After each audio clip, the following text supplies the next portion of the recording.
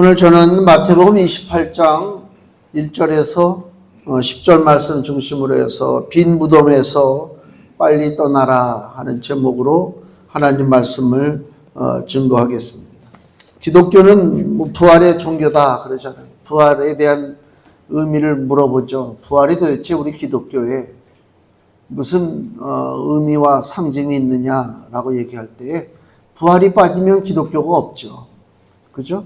우리는 죽은 어떤 사람의 교훈을 공부하고 가르침을 배우는 게 아니잖아요. 조선 500년사에 그 중국의 공자, 맹자, 주자학 거기에 묶여가지고 날마다 공자왈, 맹자왈 했잖아요. 그러니까 실용주의가 없고 날마다 학문만 가지고 따지는데 문제는 뭐냐? 공자가 올바른 소리하고 맹자가 올바른 소리 했어도 공자왈, 맹자왈 하는 사람들은 자기 정파에 따라서 사람을 모략하고 사람을 죽이고 싸움하고 그런 것을 우리가 역사를 통해서 보잖아요. 우리가 믿는 것은 죽은 자의 교훈이 아니다. 아무 능력도 없고 영향력도 없고 사람에 의해서 그 해석이 막 바뀌어버리는 그러한 비진리의 가르침이 아니라 우리는 살아계신 예수 그리스도를 따라가는 사람들이다. 그 얘기입니다. 그래서 근본적으로 차이가 나는 거예요. 옛 가르침에 막히는 것이 따라가는 것이 아니라 새 생명 되신 예수 그리스도 그 주님이 지금 오늘 우리에게 어떻게 역사하고 계시느냐 여기에 우리가 초점을 맞추고 사는 것이지 옛 가르침에 묶여가지고 옛 전통을 고수하고 살아가는 어리석은 인생이 될 수가 없다. 미국의 그 뉴욕에 유대인들이 참 많은데 그전에도 보니까 이렇게 검은 옷을 입고 검은 그 모자 그 무슨 나 이름을 모르네 그 모자 쓰고 여기 양쪽에 길게 이 구렛나루 같은 거 이렇게 기르고 다니는 유대인들이 엄청나게 많습니다. 자기들의 생활 양식을 고집하죠. 구약 성경의 하나님의 말씀을 자기들이 지킨다고 그래요. 그렇죠. 좋아. 지키는 건 좋아. 그렇게 철저하게 옛날 말씀을 지키는데 왜 새 말씀은 무시하냐. 그렇죠. 그게 모순도 보통 모순이 아니죠. 보통 모순이 아니에요. 과거에 수천 년 전에 우리 조상을 다스리고 조상을 이렇게 묶었던 그 말씀 거기서 아직도 벗어나지 못하고 새 생명의 은혜를 누리지 못하는 사람들이 이 땅에 너무나 많이 있다. 안타까운 일이잖아요. 그러니까 우리는 하나님께서 우리의 무엇을 보시고 하나님의 자녀로 삼아주셨는지 모르겠어요. 우리가 다른 사람들보다 더 선한 일을 많이 해서 더 깨달음이 많아서 더 지혜가 많고 믿음이 충만해서 하나님이 우리를 택해 주셨느냐라고 생각하면 그건 오산이다. 하나님이 나를 왜 택해 주셨는지는 몰라요. 그러니까 은혜지. 무슨 대가를 치르고 받았다면 그건 은혜가 아니잖아요. 아무런 대가를 치르지 않았는데도 하나님께서 우리를 사랑하셔서 하나님의 자녀로 불러주셨어요. 하나님의 자녀가 돼서 산다는 얘기는 죽은 자의 교훈을 따라 사는 것이 아니라 지금도 살아계셔서 어제나 오늘이나 영원토록 동일하신 예수 그리스도의 은혜 가운데 사는 그 복된 삶을 우리에게 허락해 주셨다. 그 말은 즉 무슨 얘기냐면은 우리가 바라보고 믿고 의지하는 예수 그리스도가 지금도 살아있다는 얘기는 우리는 더 이상 고아와 가부같이 답답하고 안타까워하고 불안하고 쓸쓸하고 외롭고 그렇게 살아가는 존재가 아니다 그 얘기예요. 어저께 그 KBS가 거기에 그 장애인들 나오는 그 프로가 있어요. 거기 그런 이야기가 나오더라고요. 그 딸이 장애인데 장애가 있으니까 심하니까 혼자서는 독단적으로 살 수가 없잖아요. 그 엄마가 그러더라고. 언젠가는 제 주변에 사람들이 다 떠날 텐데 다 떠나지. 할머니하고 엄마가 지극정성으로 돌봐주고 있는데 할머니 조금 있으면 세상 떠날 테고 엄마도 얼마 있으면 세상 떠날 테고 그러면 그 애 혼자서 어떻게 살아가냐. 야, 저거 살아갈 방법이 국가에서 책임져 줄까? 어떻게 살아갈까? 그게 인생의 고민이에요. 그 아이만 해당되는 고민이 아니라 우리들도 마찬가지예요. 다 나중에 곰곰이 생각해보면 어떻게 살아갈까? 그 어떻게 살아갈까 궁금하고 거기에 대한 불안감이 있을 때에 우리에게 다가오시는 분이 누구라고요? 지금도 살아계신 하나님의 아들 예수 그리스도가 계시단 말이에요. 기도하는 거예요. 그분에게 의지하는 것입니다. 왜 기도하고 왜 의지하고 나갑니까? 살아계시니까 그분이. 죽은 자의 무덤 앞에 가서 아무리 얘기해봐야 무슨 소용이 있습니까? 소용없잖아요. 우리가 믿는 예수 그리스도 살아계신 분입니다. 그것을 우리가 먼저 알고 부활에 대한 의미를 한번 생각을 해봐야 되겠다.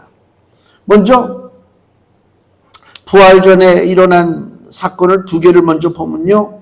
마태복음 27장, 그 한 장 전에 보면 27장 57절 아리마대 부자 요셉이 나오죠. 자기 무덤에 예수님을 장사한 사람입니다. 마태복음 27장 57절 저물었을 때 아리마대 부자 요셉이라 하는 사람이 왔으니 그도 예수의 제자라 빌라도에게 가서 예수의 시체를 달라 하니 이에 빌라도가 내어주라 분부하거늘 요셉이 시체를 가져다가 정한 세마포로 싸서 바위 속에 판 자기 새 무덤에 넣어두고 큰 돌을 굴려 무덤 문에 놓고 가니 그랬습니다. 예수 믿는 제자들은 다 도망쳤어요. 잘못하면 같이 큰일 당하잖아요. 근데 이 아리마대 요셉, 부자 요셉이라고 하는 사람, 그 당시에 사내들인 공회의원, 지금 우리말로 하면 뭐 국회의원 이상이죠. 그 굉장한 직위를 가진 사람입니다. 직위를 가졌다는 얘기는 이룰 것이 많아요. 그죠? 지킬 것이 많잖아요. 그럼에도 불구하고 예수님의 제자인 것을 지금 드러내놓고 얘기하는 거예요. 보세요. 사람들이 정승이 죽으면 문상을 안 간대. 정승집 개가 죽으면 문상 간대. 그잖아요. 응? 예수님이 살아계시고 역사하실 때 나는 예수님의 제자다. 예수님이 다니면서 병자를 고치고 귀신을 쫓아내고 죽은 자 살리고 그럴 때 나도 예수님의 제자야 라고 응시되는 것은 이해가 돼. 근데 지금 예수님이 죽었어. 근데 아리마대 부자 요셉이 그 죽은 예수를 위해서 자기가 예수님의 제자인 것을 드러내고, 그죠? 자기 모든 것을 이제 포기하는 거예요. 나 또한 무슨 박해를 당할지 몰라. 근데 그리고 자기 무덤에다가 예수님을 장사했다. 대단한 거예요. 내가 죽어서 묻힐 무덤에 예수님께서 죽어서 장사됐다. 우리 모든 인생의 종점이 어디예요? 종점이 무덤이요. 그렇죠? 인생의 종점이 무덤이라. 어렸을 때 국민학교 2학년, 3학년 때인가 내가 그때 너무 조숙했던 것 같아. 노래를 들어도 동요를 안 들었어요. 그때는 왜 그런지 몰라. 그래가지고 내가 그때 국민학교 2학년, 3학년 때 좋아하는 노래가 무슨 노래냐. 그게 왜 머리에 박힌 게 우리는 영등포 살고 외갓집이 고척동에 있었거든요. 그 영등포 살 때 그 길이 굉장히 교통이 좋지가 않아요. 지금 같지 않아요. 차가 안 다녀요. 겨우겨우 택시 잡아 타고 들어가고. 이제 고척동에서 외갓집에서 있다가 저녁 때 가족들이 겨우겨우 택시를 얻어 타고 이제 영등포로 가요. 깜깜한 데 가는데 그 택시에서 라디오가 나오는데 무슨 노래가 탁 나오는데 방 깊은 마포종점 마포종점 저 강 건너 당인리에 불빛도 화려한데 그런 노래가 있어요. 당인리 우리 동네 당상동 나오고 영등포도 나오고 그 마포종점 노래를 좋아했단 말이에요. 종점이 끝이 되니까 인생의 종점 어디냐 말이에요. 인생의 종점이 무덤이란 말이에요. 다 그래요. 뭐 인정하든 인정하지 않든 간에 모든 사람들의 운명이 무덤에 들어가서 자기들의 인생의 막이 내립니다. 근데 내가 들어가야 할 그 무덤에 지금 누가 들어간다고요? 예수님이 들어가셨어요. 예수님이 내 인생에 개입하셨단 말입니다. 예수님이 아리마대 부자 요셉의 그 무덤에 들어가셔서 그 무덤의 주인이 됐어요. 원래는 요셉이 주인이어야 되는데 이 영적인 의미를 난 굉장히 크다고 봐. 너무 기뻐요. 내 무덤에 누가 들어가신다고요? 예수님이 들어가셨다니까. 내 무덤은 없어요. 내 무덤은 없어요. 요셉의 무덤의 주인 되신 예수 그리스도 너무 멋진 거예요. 너무 감사되니까요. 이 얘기는요. 이미 700년 전에 이사야 선지자를 통해서 성경에 예언이 되었습니다. 이사야 53장 9절 말씀을 보세요. 구약성경 1033페이지. 이사야 53장 9절 말씀입니다. 구약성경 1033페이지. 그는 예수님에 대해서 좀 얘기하는 거예요. 이사야가.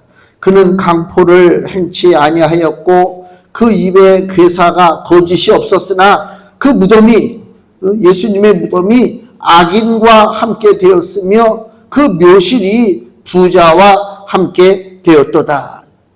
악인과 함께 되었대요. 악인이 뭐예요? 예수님 십자가에 못 박히실 때 좌우편에 강도가 있었잖아요. 악인들이 있었잖아요. 그리고 부자와 함께, 그 아리마대 부자 요셉의 무덤을 쓴 것을 지금 여기 이사야 53장 9절에 약 700년 전에 이렇게 말씀을 통해서 예언하고 있는 것이다. 그러니까 부활에 대해서 움직여지는 모든 사건들은요, 그냥 그때그때 우연히 일어난 사건이 아니고 철저하게 구약 성경에 예언된 하나님의 말씀이 그대로 성취가 이루어지는 거예요. 그러니까 어느 날 갑자기 탁 튀어나와서 야, 내가 메시아다, 내가 구원자다, 그런 거짓말 하지 말라고 그래. 하나님은 그렇게 일하시는 분이 아니에요. 다 계획하셨어요. 보세요. 우리가 우주 만물을 보세요. 기가 막히잖아요. 우주 만물 돌아가는 모습들을 보세요. 이건 사람이 운영하는 게 아닙니다. 사람은요, 기업 하나를 운영해도 문제가 많이 생겨요. 그래서 다툼이 오고 갈등이 생기고 손해가 되고 막 그러잖아요. 하나님이 이 지구, 이 온 땅을 지금 운영하고 계시다니까. 철저하게. 때가 되면은요, 꽃이 피고, 때가 되면 단풍이 들고, 때가 되면요, 나뭇가지가 말라버리고, 다 죽은 줄 알았는데, 또 때가 되면 죽은 나무가 또 살아나고, 이런 일들이 벌어지죠. 산에 막, 산불이 나가지고, 온 산이 다 그냥 시커멓게 타버리고, 천지가 재투성이가 돼서 다 끝날 것 같은데도 불구하고, 또 몇 년 지나면, 거기에 생명이 자라나기 시작하잖아요. 사람이 거기다가 무슨 나무 심고, 천만의 말씀이에요. 그 외국의 학자들이 이번에 산불 때문에 조사를 했는데, 산에 불이 나가지고 새카맣게 탄 산을 어떻게 살릴 것이냐. 방법이 여러 가지가 있어요. 우리는 막 연구할 거 아닙니까? 저 탄 산에다가 새로운 나무 묘종 이렇게 심고, 뭐 소나무냐, 참나무냐, 뭐 무슨 나무냐, 막 그러잖아요. 결론이 뭔지 아세요? 내버려 두는 것이 제일 빨리 복원된대. 그 유럽에서 학자들이 연구한 거예요. 손대지 말라야. 우리가 손대야 뭐가 될 것 같지 않아요? 아니요. 하나님이 창조하신 이 땅은 하나님이 책임져 주실 줄로 믿습니다. 제가 그 전에 전도사 때인가 언제 뭐 주일학교 무슨 여름 성경학교 주제인데, 뭐 자연을 사랑하자, 이 지구의 환경을 보존하자, 이런 주제 가지고 여름 성경학교 안에서 내가 비판한 적이 있어요. 물론 자연 사랑해야지, 자연 보존해야지. 그게 우리의 사명은 아니다. 착각하지 말아라. 자기 집안도 다스리지 못하고 자기 육체도 제대로 보존하지 못하는 인생이 이 지구를 보존하고 이 지구 환경을 지킨다? 말은 그럴듯하죠. 절대로 안 그렇습니다. 하나님께서 만드신 우주, 하나님께서 만드신 세상, 내 하나님께서 책임져 주실 줄로 나는 믿고 있습니다. 그게 진짜 믿음이요. 왜 우리가 하나님 하시는 것을 뛰어넘어서 뭘 할 수 있으리라고 착각하고 삽니까? 내가 거기서 무슨 힘을 못해서 태안에 유조선이 뭐 잘못돼가지고 기름이 한번 넘친 적이 있었죠. 서해안에. 그때 하여튼 우리나라 사람들은 극성도 보통 극성이 아니야. 가가지고 그 기름 걷어내고 각 교회에서 그게 무슨 큰 사역이야. 굉장하죠. 교회 사역. 좋아요. 안 하는 것보다 낫겠지. 그러고 나서 우리가 착각하는 게, 태안에 지금 바다가 깨끗해졌잖아요. 봐라. 우리가 거기 가서 기름 걷어내고 말이야. 우리가 봉사해서 그런 거 아니냐? 그러지 말라고 그래. 그 넓은 바다에 또 얼마나 많은 오염된 것들이 들어오는지 모릅니다. 근데 그것을 일일이 우리가 제거합니까? 천만의 말씀이요. 하나님이 제거해 주신다. 우리가 이 땅에 사는 한은 이 땅을 하나님이 우리의 집으로 주셨기 때문에 하나님이 책임져 주신다. 그거예요. 자꾸만 인간이 뭔가를 개입하고 우리의 노력과 우리의 수고로다가 이 땅의 환경이 개선된다? 그것은 인본주의고 잘못된 것이다. 제 얘기를 오해하면 안 돼요. 우리 환경도 지키지 말고 아무렇게나 막 하고 살자, 그런 뜻이 아니란 말이에요. 하나님의 주도권을 인정해야 된단 말이에요. 하나님의 주도권을. 이 땅에 되어지는 모든 일들이 그래요. 성경에 기록된 모든 사건들 1.1획도 변함이 없습니다. 하나님 반드시 성취하십니다. 이 땅의 마지막도 하나님이 성취하십니다. 제가 그 말씀을 드리는 거예요. 시편 16편 10절 말씀을 보세요. 시편 16편 10절입니다.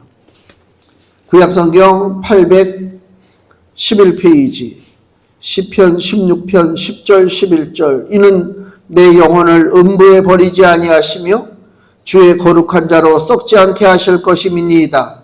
주께서 생명의 길로 내게 보이시리니 주의 앞에는 기쁨이 충만하고 주의 우편에는 영원한 즐거움이 있나이다. 다윗이 예언한 말씀입니다. 다윗은 예언자입니다. 이스라엘의 왕이지만 다윗은 예언자요. 다윗은 선지자란 말이에요. 그 다윗이 예언하기를 여기 10절에 내 영혼을 음부에 버리지 아니하시며 지옥에 가지 않는다는 것입니다. 주의 거룩한 자로 썩지 않게 하신다. 죽지 않는다는 얘기요. 썩어서 죽지 않는다는 생명의 길이 있기 때문에 이게 시편 16편 10절 11절에 예언됐죠. 이 말씀을 가지고 베드로가 설교합니다. 사도행전 2장을 보세요. 사도행전 2장 29절. 사도행전 2장 29절에서 32절에 자, 베드로가 이렇게 설교합니다. 그 말씀을 가지고 설교하는 거예요. 형제들아, 내가 조상 다윗에 대하여 담대히 말할 수 있노니 다윗이 죽어 장사되어 그 묘가 오늘까지 우리 중에 있도다. 이게 무슨 얘기요? 시편 16편 10절에 보니까 내 영혼을 음부에 버리지 아니하고 주의 거룩한 자로 썩지 않게 한다고 그랬죠? 그건 다윗 자신을 얘기하는 게 아니요. 다윗이 누군가를 보고 얘기한다 그 얘기입니다. 왜? 다윗은 이미 죽어서 썩었기 때문에. 29절 그 베드로의 말이 그거예요. 다윗의 묘가 오늘까지 우리 중에 있도다. 그는 선지자라. 하나님이 이미 맹세하사 그 자손 중에 다윗의 자손 중에 한 사람을 그 위에 앉게 하리라 하심을 알고 다윗의 자손 중에 한 사람이 누굽니까? 메시아 그리스도입니다. 미리 보는 고로 31절 그리스도의 부활하심을 말하되 저가 음부에 버림이 되지 않고 육신이 썩음을 당하지 아니하시리라 하더니 이 예수를 하나님이 살리신지라 우리가 다 이 일의 증인이로다. 아멘. 그러니까 예수님의 부활은 어떻게 하다 보니까 그냥 뭐 꾸며낸 얘기, 어떻게 일어난 사건, 뭐 믿어도 그만 안 믿어도 그만 그런 말씀이 아니라 예수님의 부활은 철저하게 우리 하나님께서 계획하신 일이 성취되고 있다 그 얘기입니다.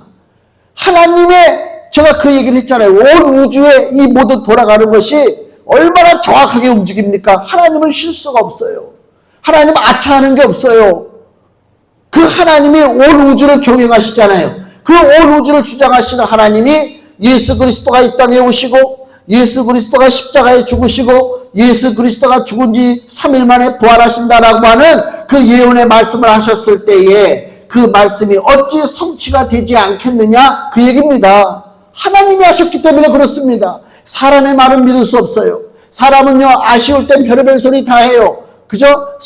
내 생각과 다른 얘기도 막 해요.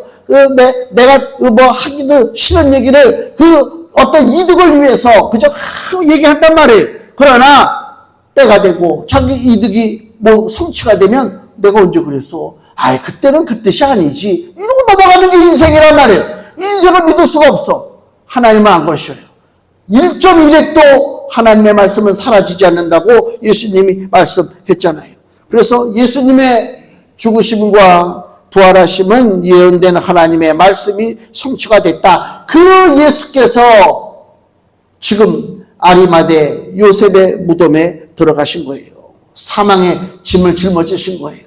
이럴 때 우리가 기도의 제목이 주여 내 무덤의 주인도 내가 아니라 예수님이 내 무덤의 주인이 되어 주시옵소서 기도해야 된단 말이에요. 그럼 내 무덤은 어디 있느냐? 이 땅에 내 무덤은 없어요. 이 땅에 내 무덤은 없어요. 그건 다 껍데기요. 진정한 우리의 무덤이 어디 있습니까? 부활하신 예수 그리스도와 함께 하시는 그 무덤이 우리에게 있습니다. 바로 요한복음 14장입니다.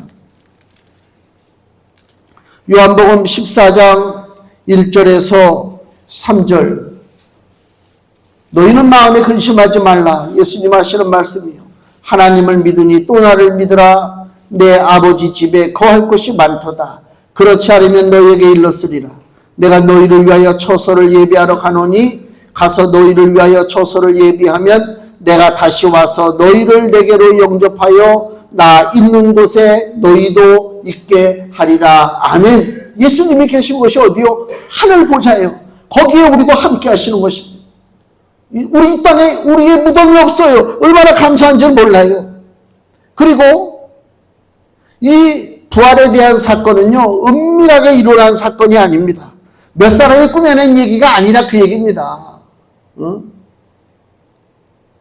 예수께서 이미 자신이 죽고 3일 만에 부활하실 것을 예언하신 말씀이 나오잖아요. 마태복음 16장 21절.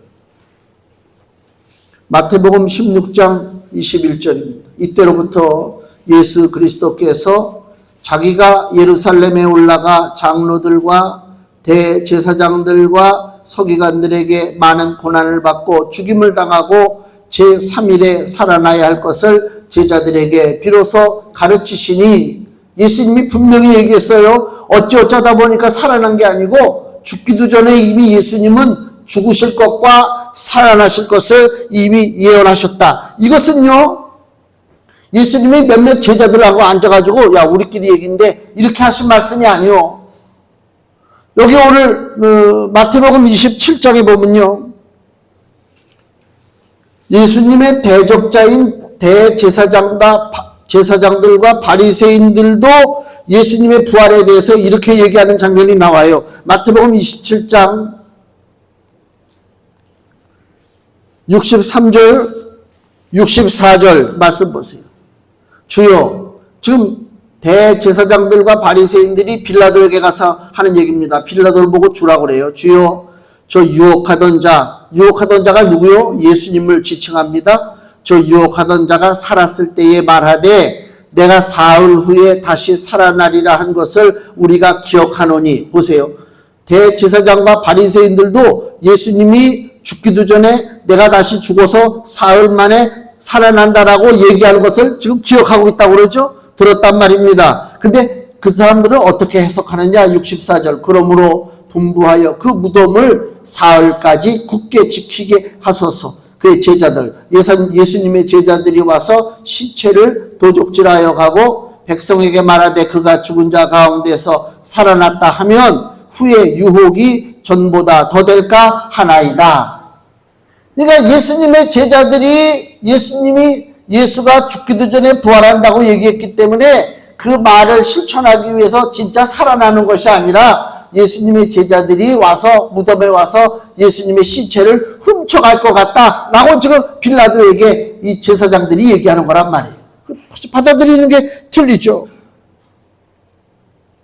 부활 사건은요, 우리 기독교가 예수님의 복음이 진짜냐 가짜냐를 가르는 아주 중요한 사건이 부활에 대한 사건입니다. 부활이 만약에 없고 부활이 거짓이다 라고 판명이 되면 우리 기독교는 사라져야 돼요. 이건 보통 사기도 보통 사기가 아니지. 이건 사기요. 살아나지도 않았는데 살아났다고 그러고 이 땅에 존재도 안 하는데 존재했다고 예수님을 그렇게 얘기한다면, 부활이 없다면 기독교는 사기꾼이지. 마땅히 사라져야 될 거 아닙니까? 그렇잖아요. 공산주의가 왜 사기꾼이에요? 공산주의가. 그들도 자기들의 공산주의 시조들을 신처럼 모셔요. 죽었다고 얘기 안 해요. 살아있는 것처럼 얘기해요. 그래서 베트남의 그 하노이인가? 거기 여행 가보신 분들은 알겠지만 그 전에 하노이 여행 코스 중에 하나가 뭐예요? 그 베트남 그 공산주의 운동 일으킨 사람이 누구예요? 나 이름이 기억 안 나는데. 호치민이야, 호치민. 야, 누구야? 호치민. 호치민 무덤이 있어요. 거기 가보면요, 호치민이 참 누워있어요. 그리고 군인들이 베트남 사람들이 키가 작아요. 저보다 작아요. 나보다 작아. 근데 거기 군인들은요, 저보다 훨씬 커요. 최고로 큰 애들 갖다 놓고 무덤을 지키는 거예요. 네? 그리고 살아있는 거야. 근데 그게 베트남만 그런 게 아니고 러시아에 가면 레닌도 그렇고요. 북한에 가면 김일성도 그렇고 김정일도 그렇고 다 이렇게 썩지 않게 해놓고 있다고. 마치 살아있는 것처럼 죽지 않고 부패하지 않는 것처럼 그런 거짓들이 있단 말이에요. 우리 기독교는 박제된 것이 아닙니다. 썩지 않도록 방부제 갖다 발라버린 것이 아닙니다. 반드시 우리 주 예수 그리스도는 진짜 부활하셔서 그 예수님의 부활하심을 본 증인들이 여기저기서 나옵니다. 그래서 예수가 부활의 능력으로 하나님의 아들로 인정되셨습니다. 그러니까 우리는 부활의 아주 실제적인 생생한 모습을 보는 거예요. 근데 우리 기독교를 공격하고 사단의 세력들은 뭐라고 얘기하느냐? 바로 64절에 있는 것처럼 신체를 도적질하고 가서 나중에 죽은 자 가운데서 살아났다고 거짓말할 것 같으니까 어떡하라? 무덤을 지켜야 되겠다. 즉 그 얘기를 하고 있는 것입니다. 그래서 마태복음 27장 66절에 저희가 파수꾼과 함께 가서 돌을 임봉하고 무덤을 굳게 하니라. 무덤을 지킨다면 예수님의 제자들이 예수의 시체를 훔쳐갈까 봐. 과연 예수님의 제자들이 예수님의 시체를 훔쳐와서 예수가 부활했다고 말할 용기가 있겠느냐? 한번 생각해 보세요. 예수께서 십자가에 매달리실 때 제자들이 다 도망갔어요. 무서워서 다 도망쳤어요. 그 다음에 부활 후에도요, 여기 요한복음 20장을 보세요. 이런 말씀이 나와요. 예수님이 부활하셨는데도 불구하고 제자들이 벌벌 떠는 게 나와요. 요한복음 20장 19절. 184페이지. 예수님이 이미 부활하신 거예요. 요한복음 20장 19절. 이날 곧 안식 후 첫날, 즉 주일이죠. 첫날 저녁 때에 이미 예수님은 부활하신 상태고 제자들이 유대인들을 두려워하여 모인 곳에 문들을 닫았습니다. 왜 그들은 두려워합니까? 예수님이 살아계신 것을 믿지 못해요. 아직도. 예수께서 오사 가운데 서서 가라사대 너희에게 평강이 있을지어다. 제자들은요 지금 뭐 예수님의 시체를 뭐 훔쳐가고 안 훔쳐가고 무슨 그 무덤을 지키는 그 군사들과 싸우고 안 싸우고 그 문제가 아니고 제자들은 벌벌벌벌 떤단 말이에요 지금. 응? 무서워서 지금 문을 닫고 숨어있는 상태입니다. 이런 제자들이 예수님의 시체를 훔쳐간다고요? 또 하나요. 오늘 본문의 1절 말씀 보세요. 마태복음 28장 1절 말씀. 안식일이 다하여 가고 안식 후 첫날, 즉 주일날이죠. 주일날 부활의 날입니다. 오늘같이 부활의 날이 되려는 미명 새벽에 막달라 마리아와 다른 마리아가 무덤을 보려고 왔습니다.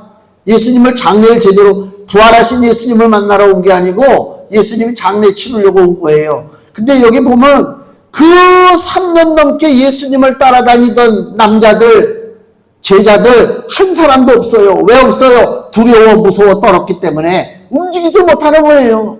무덤에 가지를 못해요. 제자들이 이렇게 두려워 떨어요. 이들이 과연 목숨을 걸고 무덤 지키는 군사들과 싸워서 예수님의 시체를 도적질하겠느냐? 천만의 말씀이지.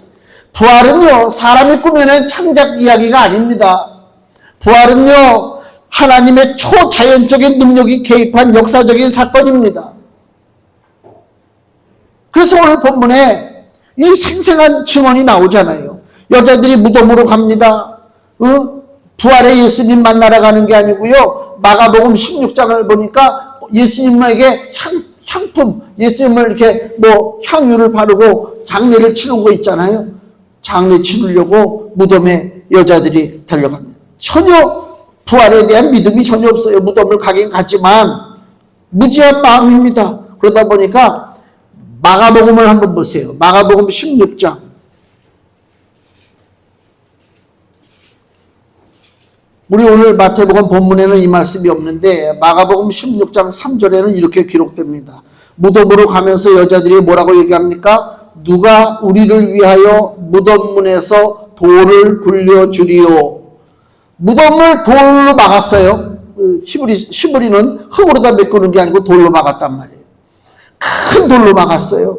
그러니까 여자들이 가면서 무덤에 들어가서 예수님 장례를 치러야 되는데 무덤문에 가로막고 있는 그 돌을 어떻게 우리가 굴릴 것이냐 걱정하고 있잖아요.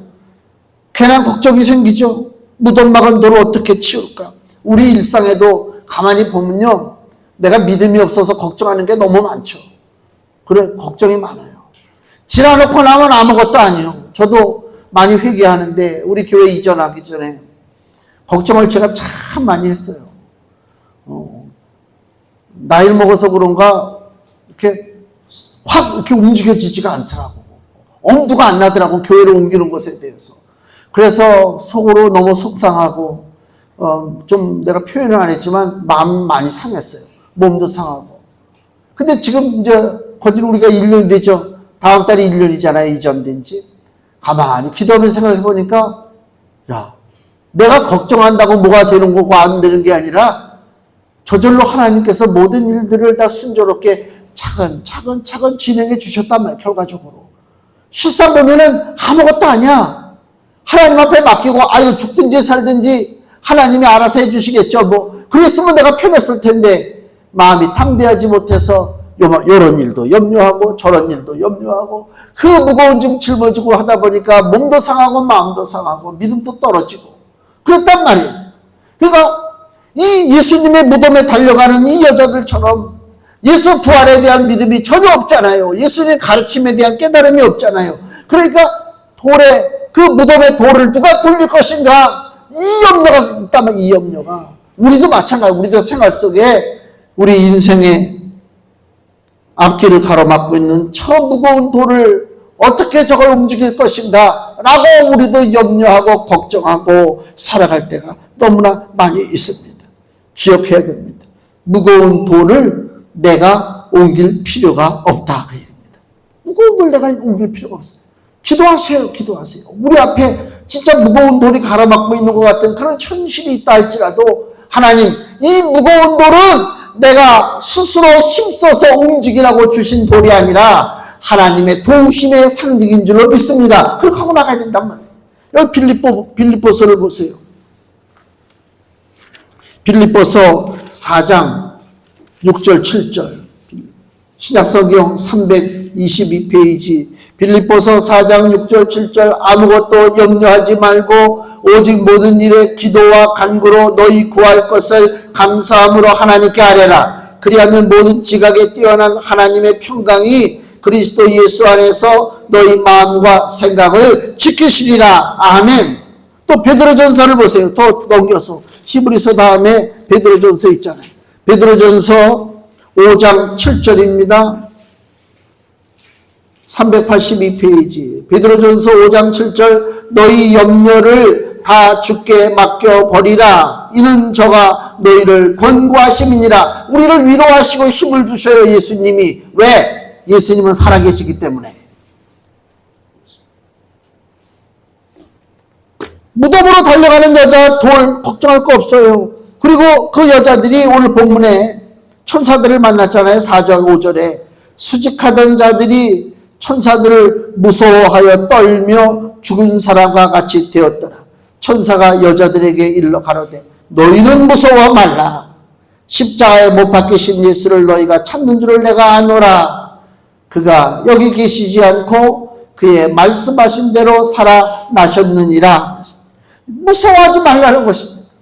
세상은 무서워하죠. 여기 무덤을 지키던 군사들은 아마 천사가 나타났을 때 엄청나게 놀랐을 거예요. 천사는요 날개 달린 아름다운 여자가 아닙니다. 천사는요 군대입니다. 군대. 하늘 군대. 예수님이 여기 마태복음 26장에 보면 겟세마네 동산에서 기도하실 장면이 나오잖아요. 그때에 베드로가 예수님을 잡으러 온 사람 그 종 귀를 칼로 다 자르는 사건이 벌어지죠. 그때 예수님이 베드로를 책망하면서 이런 말씀을 하셔요. 마태복음 26장 52절 이에 예수께서 이르시되 네 검을 도로 집에 꽂으라. 베드로를 책망하는 거예요. 네 칼을 집어넣으라 그 얘기요. 검을 가지는 자는 다 검으로 망하느니라. 너는 내가 내 아버지께 구하여 지금 12영 더 되는 천사를 보내시게 할 수 없는 줄로 아느냐. 12영이 뭐예요? 12군단. 이건 뭐 숫자로 얘기할 수가 없어. 수십만 명이지. 이걸 숫자로 얘기할 수 없는 거예요. 어마어마한 하늘의 군대를 예수님께서 동원하실 수 있다. 그러나 예수님은 스스로 십자가를 지시기 때문에 지금 하늘 군대를 부르지 않는다라고 얘기하는 것입니다. 우리의 대적들은 하늘의 군대를 보면 두려워할 수밖에 없죠. 그러나 하늘 군대는 누구의 편이라고요? 우리의 편인 줄로 믿습니다. 그것을 성경은 이렇게 우리에게 표현합니다. 히브리서 1장 14절에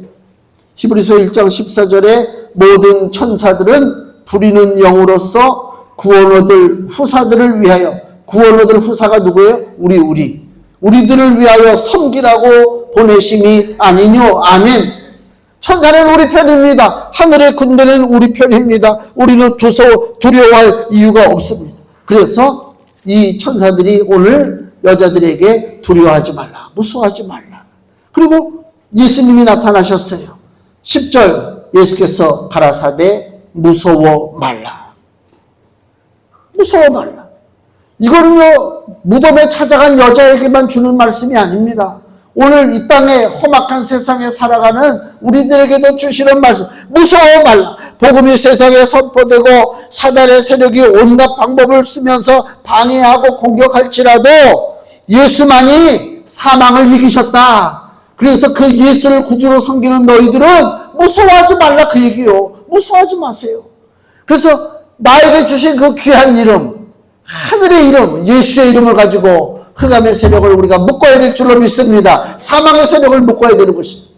사람들이 사망을 두려워하고 사망의 세력에 묶여서 거짓된 것에 끌려다니는 이 안타까운 세월 속에 하나님의 자녀들은 사망 세력에 묶이지 않습니다.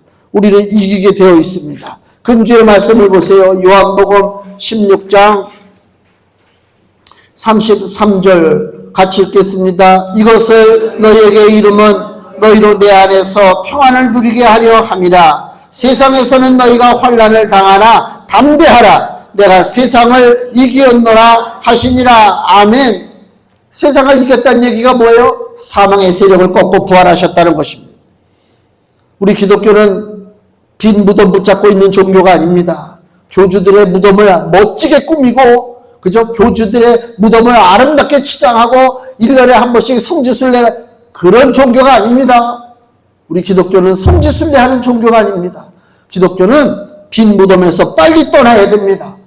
빈 무덤 붙잡고 있으면 안 됩니다. 살아계신 예수 그리스도를 영접해야 됩니다. 그리고 복음으로 이 땅에 증인되는 그 삶을 우리가 사는 것이 믿는 자의 합당한 도리인 줄로 믿습니다. 우리들의 신앙이 살았느냐 죽었느냐, 내가 지금까지 빈 무덤을 지키고 옛날 전통을 고수하고 사느냐, 아니면 활발하게 움직이는 역동적인 산 믿음을 갖고 사느냐, 그것을 우리가 스스로 질문해 봐야 돼요.